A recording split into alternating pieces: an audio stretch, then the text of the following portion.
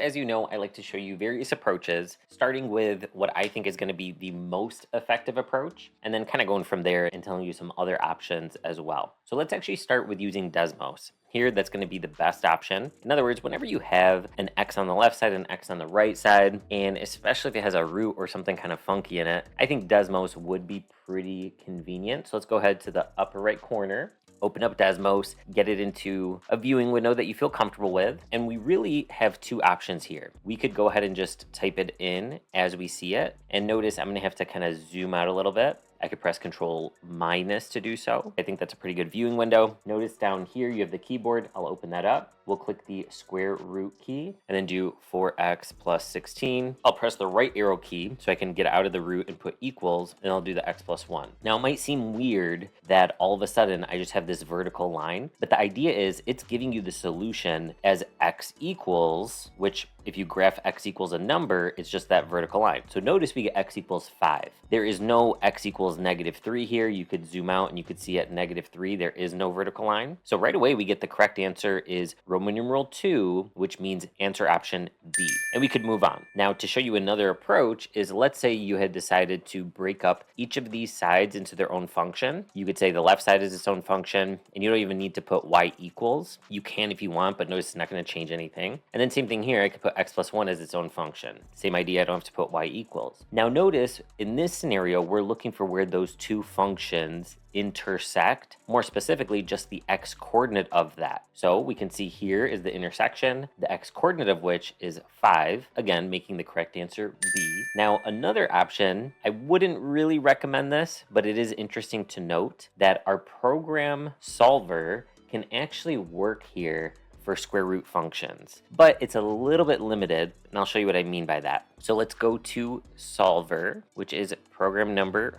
5, and we'll type in the left side. I don't really have to put a parenthesis at the end, but I think it's a smart idea just to play it safe. I'll type in the right side, and notice it does give us the answer. Now the reason I say it's not the ideal scenario is because solver will always only give you one answer, even if there are two actual valid answers. In this case, it was just the one answer, and I can show you why if you want to understand the algebra. Now at this point, if you're just like, I'm good, I understood the Desmos, good to go, you can stop watching at this point. But for those of you who are like, but how would I do it by hand for my actual math class? Well, good question. Let's go ahead and square both sides, and then the square and square root cancel so that we get 4x plus 16 equals.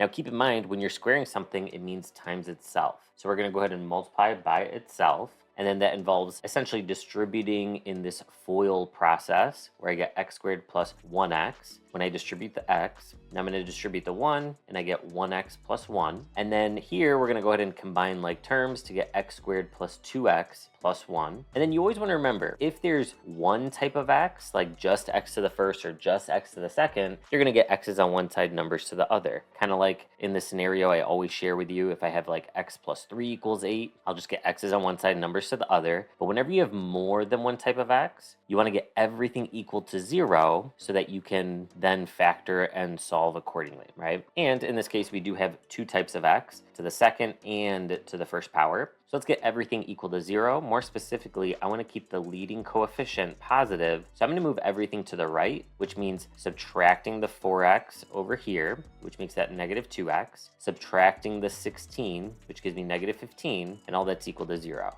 And I'm confident you could very likely just factor it on your own and solve it by saying, okay, the numbers that multiply to 15 and are different by 2 are 5 and 3. To multiply to get a negative, you have a positive and a negative. The bigger one's negative. And we get our two solutions by setting this equal to 0 and this equal to 0. And we get either x equals 5 or x equals -3. At this point, you could have used quadratic solver, noting that it's a quadratic function. More specifically, it's a quadratic equation. So we go to quadratic solver instead of just factor. You only factor when it's just an expression not equal to something. But since it's equal to 0, we're going to go ahead and solve, and we'll type in those coefficients of 1, -2, and -15. And we get these two solutions. Now, you're going to see why Desmos was definitely superior here, other than the fact that this has taken quite a while. But when you go back to the original function and plug in these two options, you have to figure out which, if any, is extraneous. Well, if I plug in 5